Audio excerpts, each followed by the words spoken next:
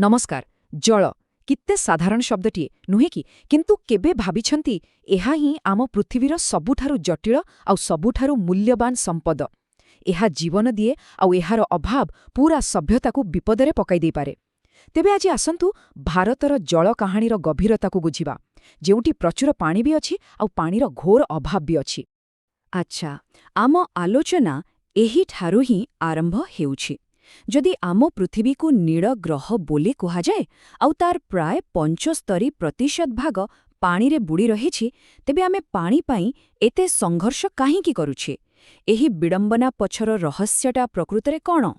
एहार उत्तरटा जानिले आश्चर्य हेबे। पानी भितरे ही लुचि रहिछि। देखंतु, पृथ्वीर जेते पानी अछि तार पाखापाखि 97% हेउछि लुणी पानी, माने समुद्र और महासागरर पानी, जाहाको आमे सीधासळख कौनसी कामरे लगाई पारिबा नाही। अर्थात आमर सबु प्रकार आवश्यकता पूरण करिबा पई आम पाखरे अछि मात्र 3% मधुर जल। किंतु कथा एतिकिरे सरू नाही। सेही 3% मधुर जलरु पुणी प्राय 70% बरफ होई आंटार्कटिका और ग्रीनलैंड जमा होई रहिछि। बाकी जहा रहिला तार अधिकांश भाग माटी तळे माने भूतल जल। शेषरे जहा बंचिला, जहाकु आमे सहजरे व्यवहार करि पारिबा, ताहा पृथ्वीर मोट जलर 1% रु भी कम। भाबन्तु तो, एही टिक्कीक पानी ही आमर प्रकृत संपद। ताहेले आजी आमर एही यात्रारे अमे प्रथमे भारतर जल संकट केते गभीर ताहा देखिबा। तापरे आधुनिक भारतर मंदिर कुहा जाउथुबा बड़ बड़ डैमर सफलता और विफलताकू परखिबा। आउ तापरे आमर हजि जाइथिबा प्राचीन जल संरक्षण ज्ञानकू खोजी बाहर करिबा एवं शेषरे एक सुरक्षित भविष्यत पई कौन बाट अछि से विषय आलोचना करिबा। आज तेबे एही जो विश्वस्तरीय समस्या कथा आमे कहिले, ताहा आम देश भारत पई कौन अर्थ रखे?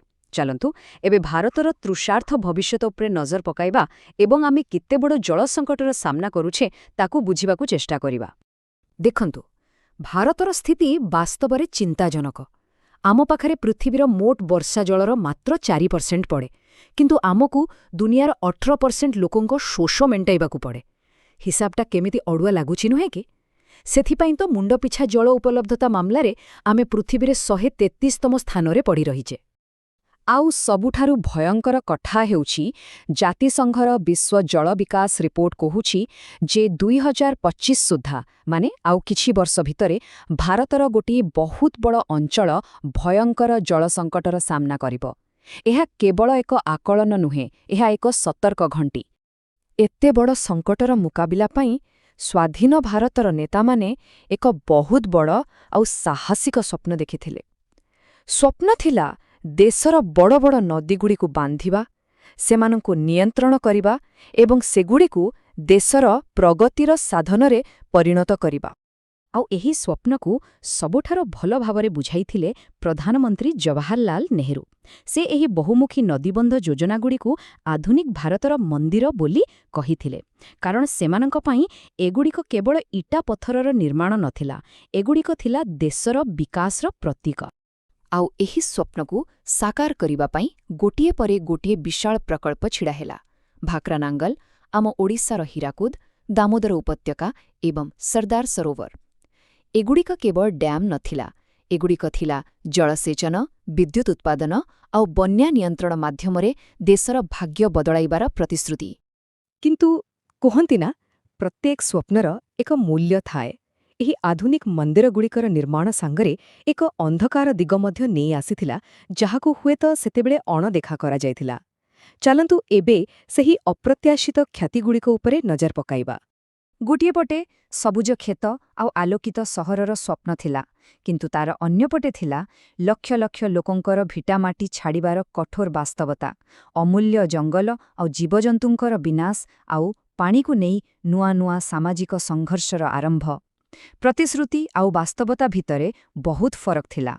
सबुठारु बड़ विडंबना हेला, जेउ प्रकल्पगुड़िकु देशकु एकाठी करिब बोली भाबिथिले, सेगुड़िक ही राज्य राज्य भितरे झगड़ार कारण हेला।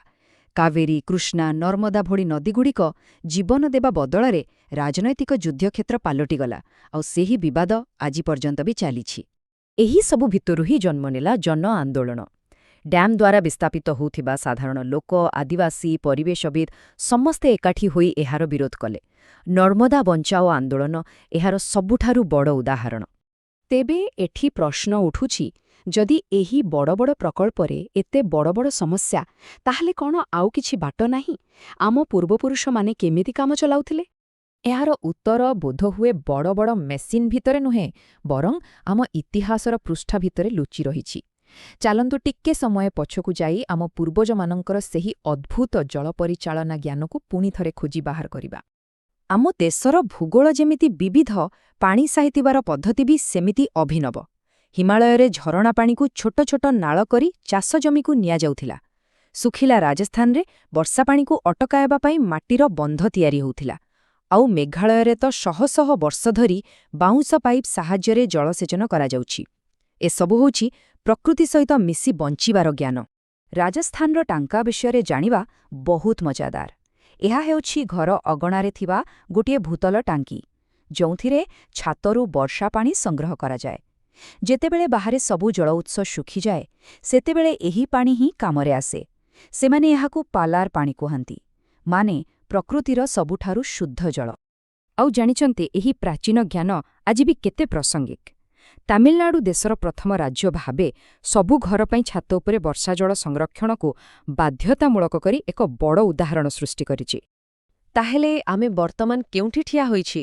ଗୋଟିଏ ପଟେ ଅଛି ବଡ଼ ବଡ଼ ଡ୍ୟାମ୍ର ଶକ୍ତି, ଆଉ ଅନ୍ୟପଟେ ଅଛି ଆମର ପାରମ୍ପରିକ ପଦ୍ଧତିର ଜ୍ଞାନ। ଭବିଷ୍ୟତର ରାସ୍ତା କେଉଁଆଡ଼େ? ଆସନ୍ତୁ ପରମ୍ପରା ଆଉ ଆଧୁନିକତାର ଏହି ମିଳନକୁ ଦେଖିବା। ପ୍ରକୃତ ଉତ୍ତର ଏହା ବନାମ ତାହାରେ ନାହିଁ।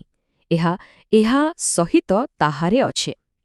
ଗୋଟିଏ ସ୍ୱସ୍ଥ ଗଛ ଭଳି, ଯାହାର ଡାଳପତ୍ର ଆକାଶକୁ ଛୁଇଁଥାଏ ଆଉ ଚେର ମାଟି ଭିତରକୁ ଯାଇଥାଏ, ଆମକୁ ମଧ୍ୟ ସେମିତି ଏକ ସମନ୍ୱିତ ପନ୍ଥା ଆପଣାଇବାକୁ ପଡ଼ିବ। ଆମକୁ ଆଧୁନିକ ଇଞ୍ଜିନିୟରିଂର ଶକ୍ତି ସହିତ ଆମ ପାରମ୍ପରିକ ଜ୍ଞାନର ଗଭୀରତାକୁ ଯୋଡ଼ିବାକୁ ପଡ଼ିବ।